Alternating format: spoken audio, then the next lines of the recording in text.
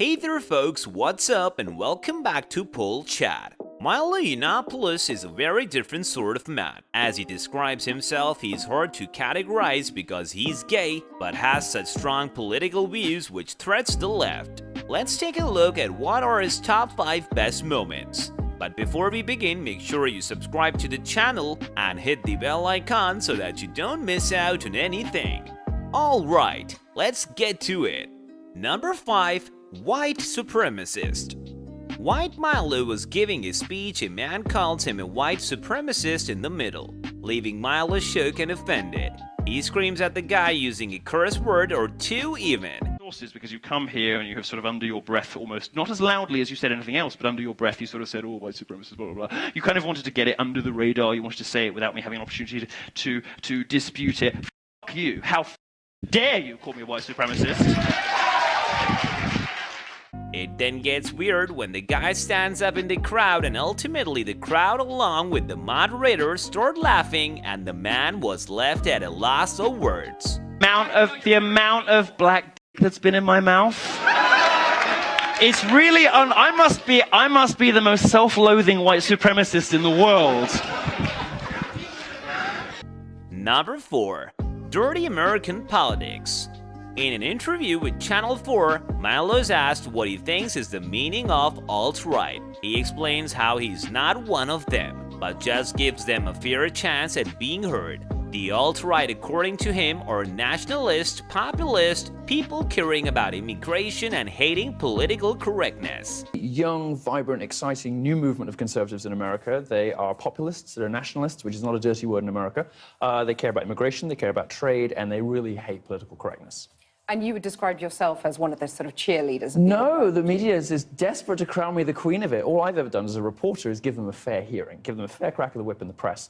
For that crime, I have been called all sorts of awful names. He further sheds light on how dirty and extremely brutal American politics can be, with a few examples here and there. He also shares that the Brits are very much terrified of that.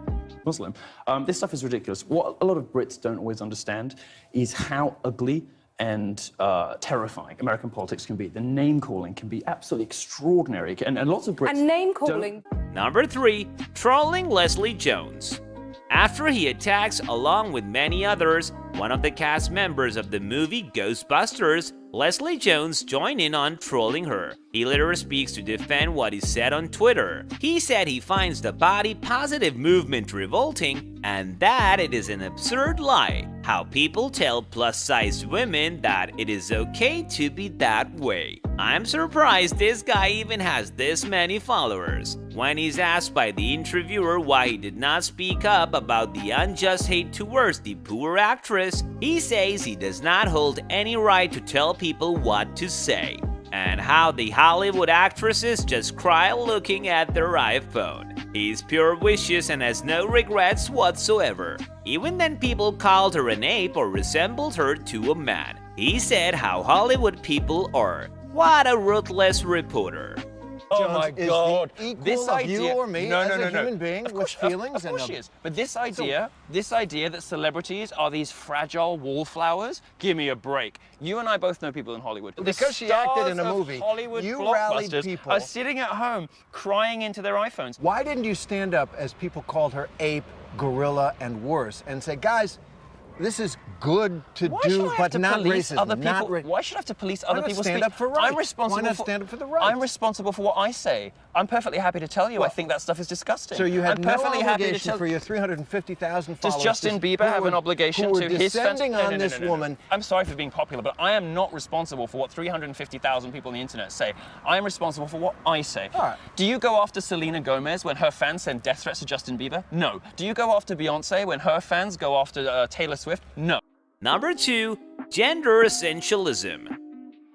In this part, he seems to be in an argument with a woman. He explains to her how today's feminists refuse to acknowledge the differences in female and male brains, or anything hinting towards gender imbalance, but science is still out on that. Continuing the lecture, he explains how getting a job or an academic position was harder for a woman half a decade ago, but now that is not the case. Now everyone wants to employ a woman. He somehow tries to link the fact that he, being a gay man, realizes this now that women are preferred more when given a certain job compared to a man, and that gay people can get away with a murder even. Where is this guy even coming from? Be self-reflected. Again, not all women, a lot of men are like this too. Sort of a weird sexist position to take, isn't it? So women can't really take it, so we need to be extra specially careful around them. And we need to treat them with for gay gloves so men they and can't lesbian compete. women? Well, it's brilliant being a gay man because you can get away with murder. You can do anything. I mean, there's the one respect in which identity politics is brilliant. You know, as a gay man or a lesbian, you can basically get away with murder. You can be bitchy, you can be sarcastic, you can be rude and abusive, and you can do whatever the hell you like, and nobody complains. Women, I think, really, you know, until very recently, until possibly the last half decade, it was certainly true that women had all kinds of structural disadvantages in society. That simply isn't true anymore.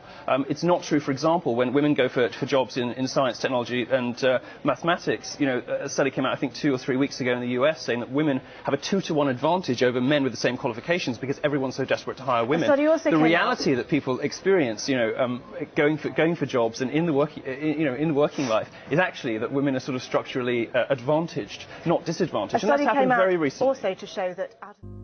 Number 1. Why people don't like them. He expresses his opinion on why he thinks people of the left do not necessarily like him.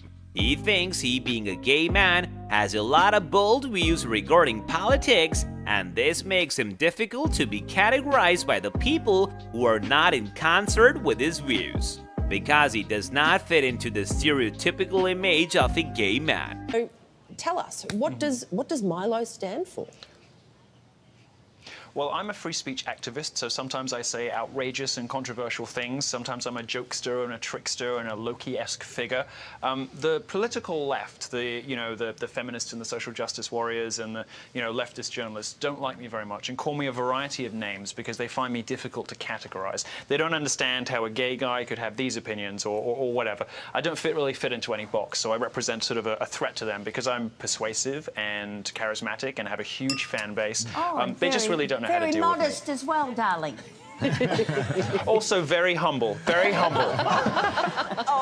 Because, Milo, I'm a feminist, and I'm proud to be a feminist, and a lot of what you say... That's okay. I'm sure they'll cure you soon. No. There's chemotherapy for that. No. What, I suppose, of course, everyone is entitled to a view and to free speech, but the issue that I have... He wishes to expose one day the fact that the gap between what the media portrays and what people actually think in their homes in regards to his views is actually quite in his favor. He shares that less than 1 in 5 women in America are feminist, and that tells a lot about what people actually feel. He speaks about how if you publicly announce that you're not a feminist, which should be okay to do, you are met with hate, and this hints toward feminism can be enforcement.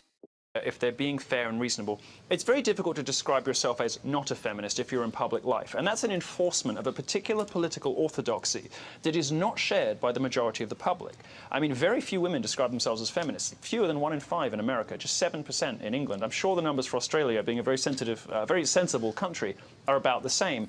You know, these ideas that are being enforced in popular culture and on TV are not views reflected in the public. And the gap between the media and people at home is growing all the time. That's my insight, and that's what I seek to expose and ridicule and have fun with. It's perfectly fine if you're a feminist. My problem isn't that. My problem is This guy has a large fan base, questionable but true. A lot of people agree with his views, but that does not mean that he does not have the other part of the masses screaming insults at him. He has even been an internet troll at times.